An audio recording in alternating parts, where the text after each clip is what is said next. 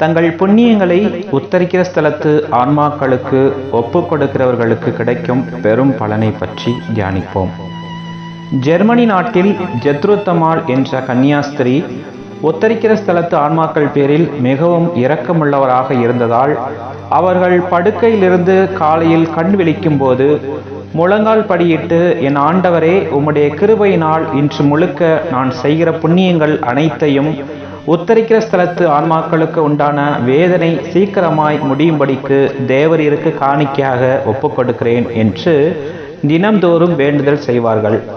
தினமும் திவ்ய திருப்பலி ஒப்பு கொடுத்தல், தர்மமிடுதல், ஜெபமாலை ஜெபித்தல், தவம் செய்தல் முதலான புண்ணியங்களை செய்து அவற்றை முழுவதும் உத்தரிக்கிற ஸ்தலத்து ஆத்மாக்கள் அதிக வேதனை அனுபவிக்கிறதென்று அறிய சேசுநாதரை மன்றாடி கேட்டு வந்தார்கள். ஆண்டவர் அவர்கள் கேட்டுக்கொண்டபடியே அறிவித்ததினால் தான் செய்கிற புண்ணியங்களை அந்த ஆத்துமங்களுக்காக விசேஷ விதமாய் ஒப்பு கொடுப்பார். இப்படி புனித ஜெத்ருத்தம்மாள் செய்த புண்ணிய காரியங்களால் உத்தரிக்கிற ஸ்தலத்து ஆத்மாக்கள் அநேகம் பேர் மோட்சத்தை சென்றடைந்தனர். அவர்கள் மோட்சம் செல்லும் முன் புனித ஜெத்ருத்தம்மாளுக்கு தோன்றி நன்றியும் தெரிவித்தனர். அவர்கள் இவ்வாறு வெகு காலமாக புண்ணியங்களை செய்து வருகையில் பசாசு ஒன்று புனித ஜெத்ருத்தம்மாள் மீது பொறாமைப்பட்டு அவர் மனதுக்குள் ஒரு தவறான எண்ணத்தை உருவக செய்தது. ஜெத்ருத்தம்மாள் தனக்குள், நான் சிறிது காலத்திற்குள் இறந்து விடுவேன், ஆண்டவரின் தயவினால் நான் பல ஆண்டுகளாக நிறைய புண்ணியங்களை செய்தாலும் நான் அவற்றை எல்லாம் உத்தரிக்கிற ஸ்தலத்து ஆன்மாக்களுக்காக ஒப்பு கொடுத்தேனே அல்லாது என்னுடைய பாவங்களுக்கு பரிகாரமாக நான் எந்த புண்ணியத்தையும் செய்யவில்லை. எனவே பிற ஆத்துமாக்கள் என்னால் வெகு காலம் வேதனைப்படாமல் காப்பாற்றப்பட்டன. ஆனால் என் ஆத்துமம் வெகு காலம் நெருப்பில் துன்பப்பட வேண்டியிருக்குமே, ஒருவேளை நான் பைத்தியக்காரத்தனமாக நடந்துவிட்டோனோ என்று கேட்டுக்கொண்டவராய் மிகுந்த துயரப்பட்டாய் சாத்தானின் ஏவுதனால்.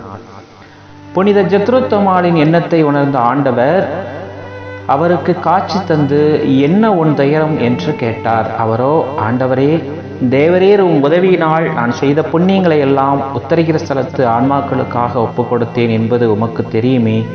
நான் இறந்து விட்டால் என் பாவங்களுக்கு பரிகாரமாக ஒரு புண்ணியம் கூட ஒப்பு கொடுக்கப்பட்டது என்று சொல்லக்கூட வழி இல்லை.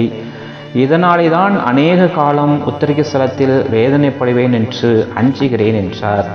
இதை கேட்ட இயேசுவோ, என் மகளே, நீ செய்கிற புண்ணியங்களை எல்லாம் உத்தரிக்கிற ஸ்தலத்து ஆத்துமங்களுக்கு ஒப்பு கொடுத்து உன் நற்குணத்தினால் உன் பேரில் நான் எவ்வளவு அன்பு கொண்டிருக்கிறேன் என்பதை நீ தெரிந்து கொள்ள ஒரு செய்தி சொல்கிறேன், கேள். உத்தரிக்கிற ஸ்தலத்து ஆத்துமக்களை குறித்து நீ செய்த உதவிகளையே உனக்கும் பலனாக்கி நீ உத்தரிக்கிற ஸ்தலத்தில் அனுபவிக்க இருக்கிற துன்பங்களை எல்லாம் பொறுத்தருளுவேன். மேலும் மோட்சத்தில் உனக்கு பெரும் பாக்கியம் கிடைக்க செய்வேன். நீ இறந்து மோட்சத்துக்கு செல்கையில் உன்னை வரவேற்க உன்னுடைய புண்ணிய காரியங்களால் ஈடேற்றம் பெற்ற அத்தனை ஆன்மாக்களும் உன் எதிரில் வந்து மகிழ்ச்சியோடு உன்னை மோட்சத்திற்கு அழைத்து செல்லும்படி கட்டளையிடுவேன் என்று இயேசு திருவுளம் பற்றி மறைந்தார். கிறிஸ்துவில் பிரியமுள்ள சகோதர உறவுகளே, உத்தரிக்கிற ஸ்தலத்து ஆன்மாக்கள் பேரில் பசாசு பொறாமை கொண்டு உங்களால் அந்த ஆன்மாக்களுக்கு உதவி ஏதும் போய் சேராதபடி உங்களை தடுத்து நிறுத்த பார்க்கும். இப்படிப்பட்ட நிலை புனித ஜெத்ருத்தம்மாளுக்கு ஏற்பட்ட போது எப்படி அதை ஆண்டவர் உதவியால் மீண்டும் அதை செய்து வந்தாரோ, அப்படியே நீங்களும் ஆண்டவர் இயேசு திருவுளம் பற்றின வார்த்தைகளை மனதில் பதித்து கொண்டு பசாசின் திசை திருப்பும் எண்ணங்களை தள்ளிவிடுங்கள். உத்தரிக்கிற ஸ்தலத்து ஆன்மாக்களுக்கு தொடர்ந்து உதவுங்கள். அப்போதுதான் எந்த அளவையால் பிறருக்கு நீங்கள் அளப்பீர்களோ அந்த அளவையால் உங்களுக்கும் அளக்கப்படும் என்ற இயேசுவின் வார்த்தைகள் உங்கள் வாழ்விலும் இறப்புக்கு பின் மிகவும் பொருத்தமுடையதாக அமையும் என்பதை நாம் சிந்திப்போம். ஆமேன்.